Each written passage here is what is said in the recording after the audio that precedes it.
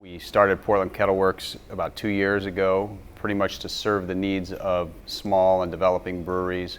Yeah, I'd say our best niche really is the entire spectrum that we build to, so 3 to 15 barrel sizes. Where we start to see kind of economic viability in the systems is at 3 barrels and above. We see that they're staying in business and doing well because of the way the product is situated. It's not expensive and it allows them to brew good, clean, consistent beer. There are some startup breweries that go right to 15 barrels, but most of them are going to be more the pub size, 7 or smaller. And I think some of that's dictated also by what the laws are in the states where we're selling the equipment. If a brewery can sell direct to the public, a lot of times guys will start up a tasting room and a small brewery and try and sell all their product across their own bar and out their door because their margins are best at that size. If they've got aspirations to distribute, they need to go to a larger size brewery, 10 to 15 barrel size, and still be able to supply their brew pub or their tasting room. Everything we build is custom to the client, but they're looking for a mash lauter tun, they're looking for a boil kettle, a hot liquor tank that has capacity to serve their entire brewery, so it's a separate vessel, and then the tanks that go along with them. The glycol unit is very important. Sizing the glycol unit the right size is something that needs to be paid attention to. Then we try and put all the pieces of that brewery together. So literally when it gets to wherever it's going, they open up the boxes, they've got 95% plus of what they need to get going. I think finding talent is of primary importance to the business. What we do to bring good talent to the table is we pay well, pay benefits. We're very conscious about making sure that the guys that actually build the equipment are totally vested in what goes out the door. When they come here, that's one of the first things we do is we send them out to brew locally so they understand what works, what doesn't work, what these things mean in the brewing, because they are essentially doing the same thing in the shop every day here. Having them bought into that entire mind frame, plus they all love to drink beer, really goes a long way. So we determine price for our equipment on a standardized basis. We have an overhead margin that we have to apply to everything, and we've got direct cost of goods sold, and then we have a standard markup that we use.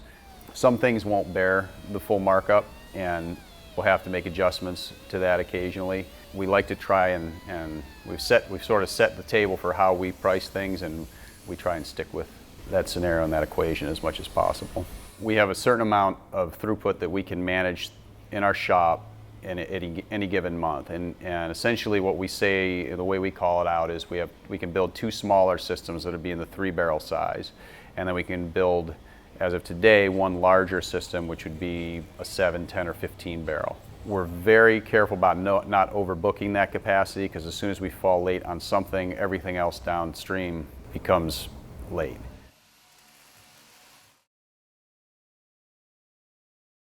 When a client comes to us, the first thing we do is we discuss what it is that they're interested in doing. A lot of times we'll very quickly get to what their budget is, and so we start talking to them about what size system their budget's going to afford them. The very next thing we want to do is get a set of drawings for the space that they're going to move into. Generally, the biggest problem is that we see is not enough space, or not thinking through their brewing process in a production method. So a solid layout for a brewery, in my opinion, would be, and this kind of doesn't matter size-wise, would be square footage is going to change depending on what it is that you're going to put in here. But I would say that an overhead door here, and maybe a second overhead door over here.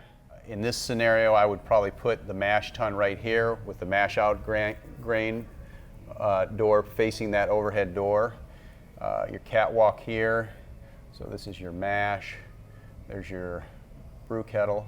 When you move away from there, as you start running right into your tank line, and these are going to be your fermenters. So you're going to have a series of fermentation vessels here, and actually in the corner I would probably put, the way we design systems is that your hot liquor tank is 2 times the size of the brewery. So if you say this is a 10 barrel brewery here, for instance, this is going to be a 20 barrel hot liquor tank. Here I'd like to see a nice big walk-in cooler, probably with a sliding door here, maybe say 6 feet wide or so. And along this wall, all your bright tanks. You're going to want to run those bright tanks, just manifold them together with CO2. So you have a CO2 line on the ceiling that comes down, and you can just do plug and play, quick disconnects on all those for keeping pressure on the bright tanks and for carbonating the beer. Generally, this is more like a brew pub application here. You're going to try and have the same number of fermenters as bright tanks. Ultimately, a 1-to-1 is a good ratio. If you're more on the production side, you're going to wind up with a lot of kegs in the walk-in and probably less bright tanks, so you'll eliminate a bunch of those. Here, typically most breweries are going to want to run with a floor drain like this, graining out. So you're going to grain out into a 55-gallon drum here. Most of the time, that's most common, what we find. Getting those drums outside here and running them up along the wall so your local farmer can come and get the grain.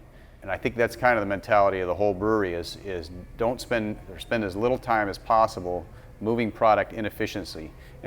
So you're going to go here, you're going to go here, and you're going to go here. And this arrow winds up here, it winds up here. It doesn't matter where it goes, it's always moving in this direction, and you're taking your kegs out for your dock sales that way. Don't want to be crisscrossing any more than necessary.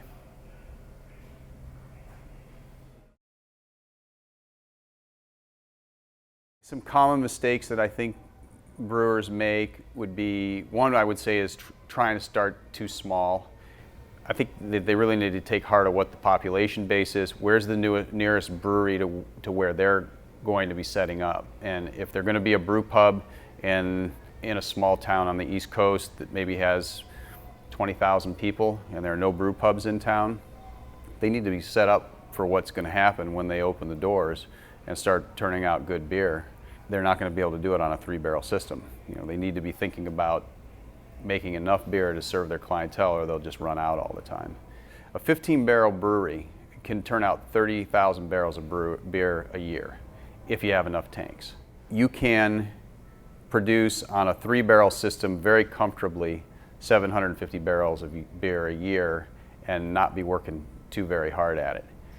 You, on that same system, could turn out twice that and be working really hard and working 2 shifts as long as you have the tanks to push the beer through. So the tanks become the bottleneck very rapidly in the brewing process.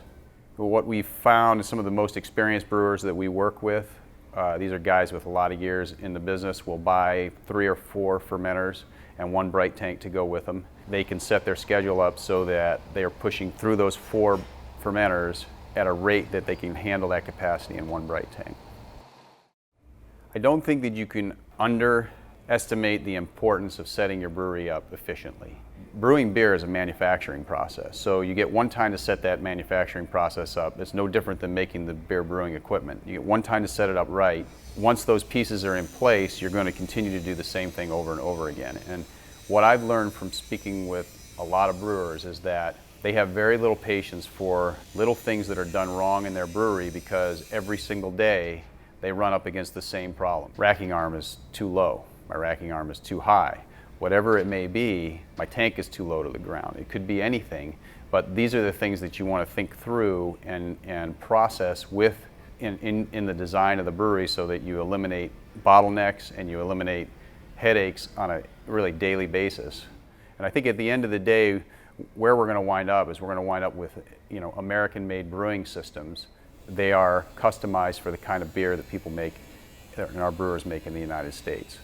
Making systems that have an enormous amount of flexibility in them so that they can do a lot of different things, they can make different kinds of beer. You have to give them the flexibility to do that and build it into the system.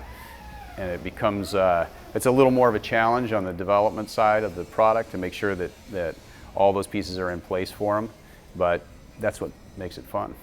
I think what Portland Kettleworks has identified as our niche in that are these smaller breweries that are under 15 barrel in size. I think if you look at the European model and the model pre Prohibition that people drank beer in their community. And we got away from that after Prohibition went to the boards. I believe that that's the direction that things are going to go again. You know, it used to be that there was a brewery in every town. Now, maybe every neighborhood is a town, and there's going to be a brewery in every neighborhood.